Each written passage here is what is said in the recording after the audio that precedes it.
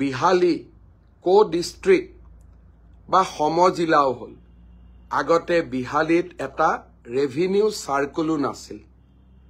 এতিয়া বিহালীত সমজিলা স্থাপনৰ কাম আমি হাতত ললো সমজিলা কাৰ্যক্ৰম হল অকনমান বড়ো আন্দোলনলৈ উভতি যাব খুজিছো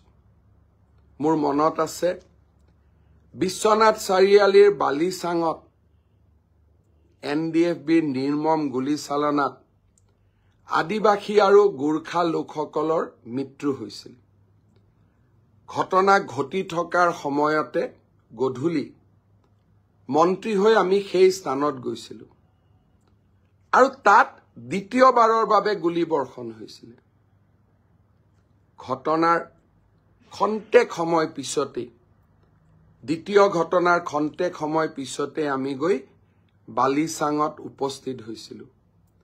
কেঁচা তেজ নিজ চকুৰে দেখিছিলো 2014 চনত গোৰ্খা আদিবাসী সমাজৰ লোকসকলক আৰু গহপুৰ পৰ্যন্ত কেইবাজনো অসমীয়া ভাষীৰ পৰিৱেশ পালো আজি উত্তৰ অসম অসমৰ আটাইতকৈ শান্তিপ্ৰিয় স্থান কংগ্ৰেছ দলে বহুবোৰ কথা পাহৰি গৈছে কংগ্ৰেছৰ দিনতেই গোৰ্খা সমাজখনক বিদেশীৰ আখ্যা দিয়া হৈছিল IMDTৰ পৰা ডি ভোটাৰলৈকে ট্ৰাইবেল বেল্ট এণ্ড ব্লকত মাটিৰ অধিকাৰৰ পৰা বঞ্চিত হোৱা আৰু এটা বিদেশী বুলি কোৱাৰ অপমান মূৰত লৈ গোৰ্খা লোকসকল কৰবাত নহয় কৰবাত অপমানিত হৈ জীৱন যাপন কৰিছিল প্ৰথম চৰকাৰৰ দায়িত্ব লৈ আমি এটা ঐতিহাসিক সিদ্ধান্ত লৈছিলো যে গোৰ্খাসকল অসমৰ ভূমিপুত্ৰ তেওঁলোকৰ ওপৰত বিদেশী বুলি আমি আৰু ভৱিষ্যতে গোচৰ নতৰো লাহে লাহে আগবাঢ়িলো জনজাতীয় লোকসকলৰ লগত কথা পাতি ট্ৰাইবেল বেল্ট এণ্ড ব্লকত তেওঁলোকক আমি অধিকাৰ দিলো কেইদিনমান আগতে ভাৰত চৰকাৰে আধাৰ কাৰ্ডসমূহ উভতাই দিব আৰু সমানভাৱে জীয়াই থকাৰ এক নতুন আনন্দ অসমত যোৱা 3.5 বছৰত একো কৰিব নোৱাৰিলেও জাতি সত্তা সমূহলৈ আমি এক বিশ্বাস আৰু আস্থাৰ বাতাবৰণ উভতাই আনিলো আকৌ আমি অন্ধকাৰ যুগবিলাকলৈকে উভতি যাম নেকি চাহ বাগিচাৰ লৰা ছোৱালী আজি হাইস্কুললৈ গৈছে চাহ বাগিচাৰ যুৱক যুৱতীয়ে চৰকাৰী চাকৰি 3% ৰিজাৰ্ভেশ্যন পাইছে আৰু ৰাজনৈতিকভাৱে আমি তেওঁলোকক নিৰন্তৰ আগুৱাই লৈ গৈছো অসমৰ জনজীৱনত অলপ আগতে মই কৈছিলো যে অসমীয়া ভাষী লোকসকলৰ বাবে আমাৰ মৰমৰ বিহুটোক গ্ৰীনিজ ৱৰ্ল্ড ৰেকৰ্ডলৈ লৈ যোৱা চৰাইদেউ মৈদামক বিশ্ব ঐতিহ্য অসমীয়াক ধ্ৰুপদী ভাষা লাচিতৰ প্ৰতি অভূতপূৰ্ব সন্মান আমি অসমীয়া ভাষীয়ে হওক বঙালী ভাষীয়ে হওক গোৰ্খা আদিবাসী সকলোৰে কাৰণে এক নতুন অসম সৃষ্টিৰ কামত ব্ৰতী হৈছো কোনোবাই মোক সমালোচনা কৰিব পাৰে কিন্তু কোনেও ক'ব নোৱাৰে যে আমাৰ চৰকাৰৰ আগত ঠেলালা ৰিক্সালাৰ লৰা ছোৱালীয়ে টকা পইচা নিদিয়াকৈ চৰকাৰী চাকৰি পাব পাৰিছে কোনোবাই মোক সমালোচনা কৰিব পাৰে কিন্তু কোনেও ক'ব নোৱাৰে যে আমাৰ চৰকাৰৰ আগতে কোনোবাই মিছন বসুন্ধৰাৰ জৰিয়তে জনজাতীয় অজনজাতীয় গোৰ্খা আদিবাসী চাহ শ্ৰমিক এইসকলক মাটিৰ অধিকাৰ দিবলৈ চেষ্টা কৰিছিল আজি এনেবোৰ কামে আমাৰ অসমখনক অনন্য কৰি ৰাখিছে শান্তিৰ অমীয় বতাহ আহিছে কেতিয়াবা মই আচৰিত হওঁ উপনিৰ্বাচন চৰকাৰ থাকিবই দিল্লীত মোদী ডাঙৰীয়া 4 বছৰ 7 মাহ আৰু আমিও এপ্ৰিল 2026 লৈকে চৰকাৰ চলাই থাকিম এনেকুৱা কি প্ৰয়োজনীয়তা আছে যে এজন সংসদে সকলো কাম বাদ দি যোৱা এমাহ ধৰি এজন বাগিচাৰ যুৱকক হৰুৱাবৰ কাৰণে বাহৰ পাতি আছে চাহ বাগিচাৰ যুৱক চাহ বাগিচাত পাত তোলা এজন চকীদাৰৰ সন্তান কৰবাত নহয় কৰবাত আমাৰ জাতীয় আত্ম অভিমানবিলাক অতৰাই থব লাগিব পিছপৰা সমাজখনক আমি কৰবাত নহয় কৰবাত আগুৱাই দিব লাগিব আৰু তেতিয়াহে আমাৰ অসমখন সুজলা সুফলা হ'ব মই অলপ আগতে খবৰ পাইছো যে ৰাতি 10টা বজাতো কোনোবা ফেক্টৰীত বহি এতিয়াও স্কিম কৰি আছে যে কেনেকে বাগিচাৰ চৰ্দাৰৰ লৰাজনক বিহালীৰ ইলেকশ্যনত হৰুৱাব পৰা যায় নিৰ্বাচন আহিব নিৰ্বাচন যাব কিন্তু আমি এটা কথা চিন্তা কৰিব লাগিব যে আমাৰ প্ৰচেষ্টাসমূহে যাতে জাতি গঠনৰ প্ৰক্ৰিয়াটোক দুৰ্বল কৰি নেপেলায় অসমৰ সন্মুখত বহুত প্ৰত্যাহ্বান আছে জনজাতীয় সমাজখন অনুসূচিত জাতি আমি অসমীয়া ভাষী লোকসকল বৰাক ব্ৰহ্মপুত্ৰৰ মাজত সমন্বয় কাৰ্বি আলং ডিমাছাক মহান অসমৰ লগত সংযোজিতকৰণ আৰু চাহ বাগিচাৰ লোকক প্ৰকৃত সন্মান এনেকৈ আমি বৃহত্তৰ অসমীয়া সমাজখনক নতুনকৈ নিৰ্মাণ কৰিব লাগিব খাটি খোৱা প্ৰতিজন মানুহৰ শ্ৰমক আমি সন্মান কৰিব লাগিব এই নিৰ্বাচনে আমি পৰিয়ালবাদ ৰাজনীতি কৰিম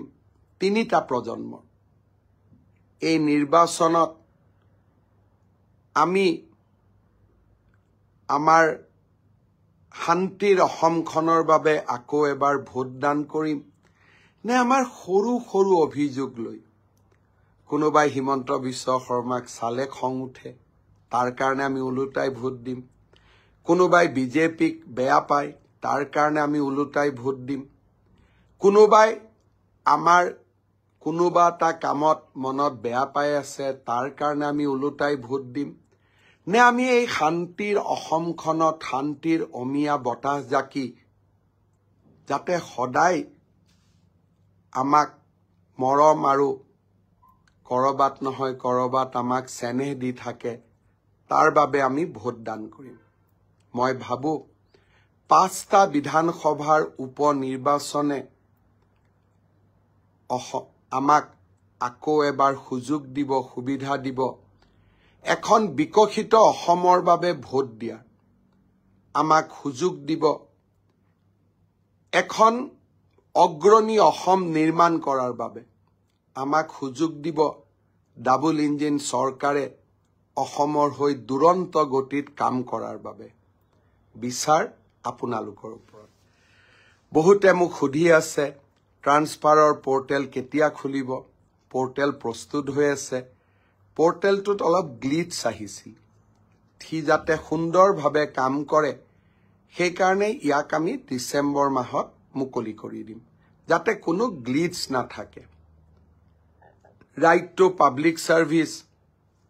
এই আইনখনৰ অধীনত নিৰ্মাণ হোৱা আমাৰ আয়োগখনৰ কামো আমি ডিসেম্বৰ মাহত আৰম্ভ কৰিম পৰ্যটনৰ ফালৰ পৰাও অসমলৈ এইবাৰ ডাঙৰ খবৰ আহিছে ইণ্ডিয়ান টুৰিজিম মাৰ্ট এইবাৰ কাজিৰঙাত অনুষ্ঠিত হ'ব আৰু কাজিৰঙাই ভাৰতৰ পৰ্যটন উদ্যোগত বা পৰ্যটনৰ ইতিহাসত এটা নতুন শিখৰত উপনীত হ'ব ইণ্ডিয়ান টুৰিজিম মাৰ্ট এটা ডাঙৰ অনুষ্ঠান ভাৰত চৰকাৰে এইবাৰ কাজিৰঙাত ইয়াক অনুষ্ঠিত কৰিব। এই ধৰণে আমাৰ লাহে লাহে নতুন খবৰবিলাক আহি আছে। 15 তাৰিখে বড়ো লোকসকলে নতুন দিল্লীত এটা বড়ো উৎসৱ পালন কৰিব। প্ৰধানমন্ত্ৰী নৰেন্দ্ৰ মোদী ডাঙৰীয়াই সেই উৎসৱত যোগদান কৰাৰ বাবে সন্মতি প্ৰকাশ কৰিছে। সেই দিনটো জনজাতীয় গৌৰৱ দিৱস। মই এতিয়াই আটাইকে ধন্যবাদ আৰু অভিনন্দন জনাইছো। কমল চেত্ৰীয়ে লিখিছে গ্ৰেট, আকাশ দাসে লিখিছে ধন্যবাদ, ৰঞ্জন বিশ্বাসে লিখিছে গ্ৰেট CM, ৰুবুল হুছেনে লিখিছে গ্ৰেট নিউজ, নৰেশ জাটে লিখিছে জয় শ্ৰীৰাম, ববিতা বৰগোহাঁয়ে লিখিছে গ্ৰেট ৱৰ্ক, গ্ৰেট মামা, আৰু ভাল কাম কৰি যাওক। মিলন ডেকাই ব্ৰডকাষ্ট চাই আছে। ববি মেজ ভন তেখেতে লিখিছে মই এগৰাকী অকলশৰীয়া মাতৃ, আপুনি এইবাৰ অৰুণোদয়ৰ বাবে আবেদন কৰিব। দীপ পালে লিখিছে হিমন্ত দা আৱাৰ প্ৰাইড, গৌতম নাথে লিখিছে গ্ৰেট CM, বিনয় ভূষণ ভৌমিকে লিখিছে গ্ৰেট ৱৰ্ক, ৰুক্মিণী ঢাকালে লিখিছে গ্ৰেট CM। এনেদৰে বহুতে খুব সুন্দৰকৈ ব্ৰডকাষ্টত অংশগ্ৰহণ কৰিছে আৰু দুই এটা কামৰ কথাও লিখিছে। মই নিশ্চয় সকলোখিনি চাই দিবৰ বাবে চেষ্টা কৰিম। খালি মই এটাই কথা কম, মই অসমৰ মুখ্যমন্ত্ৰী, যিমানখিনি মানৱীয়ভাৱে কৰিব পাৰো মই কৰি গৈ থাকিম। জানুৱাৰী মাহত মই আৰু এটা সিদ্ধান্ত লৈছো, CM হেল্পলাইন, অৰ্থাৎ আপোনালোকৰ সৰু সৰু অভিযোগবোৰ মুখ্যমন্ত্ৰীক আপোনালোকে দিব পাৰিব। এটা নিৰ্দিষ্ট লেণ্ডলাইন নম্বৰ থাকিব, নিৰ্দিষ্ট হোৱাটছআপ থাকিব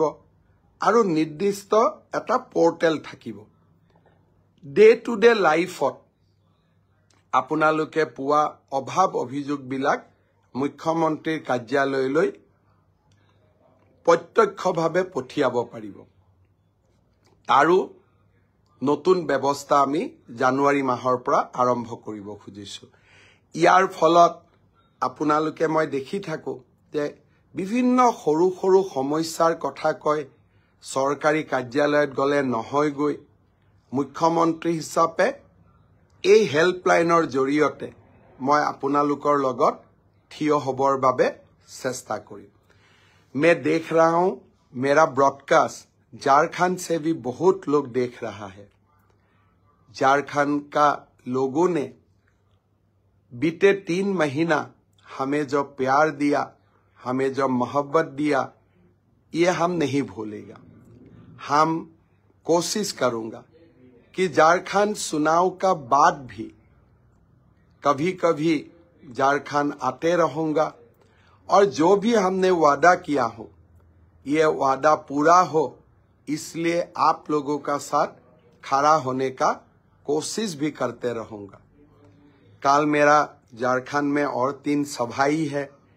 कल मैं सिमरिया जाऊंगा, बैरागोड़ा जाऊंगा और जमशेदपुर भी जाने का मुझे मौका मिलेगा। फिर एक बार आप लोगों को भी मैं बहुत बहुत नमस्कार करता हूं, बहुत बहुत প্ৰণাম करता हूं। শ্ৰদ্ধেয় অসমবাসী ৰাইজ, আপোনালোকে আশীৰ্বাদ দি থাকিব আৰু আপোনালোকৰ আশীৰ্বাদতে আমি অসমখনক বিকাশৰ এক নতুন দিগন্তলৈ লৈ যাম। আকৌ এবাৰ ধন্যবাদ জনালো। আকৌ লগ পাম অহা সপ্তাহত। বহুত বহুত ধন্যবাদ। জয় হিন্দ, বন্দে মাতৰম।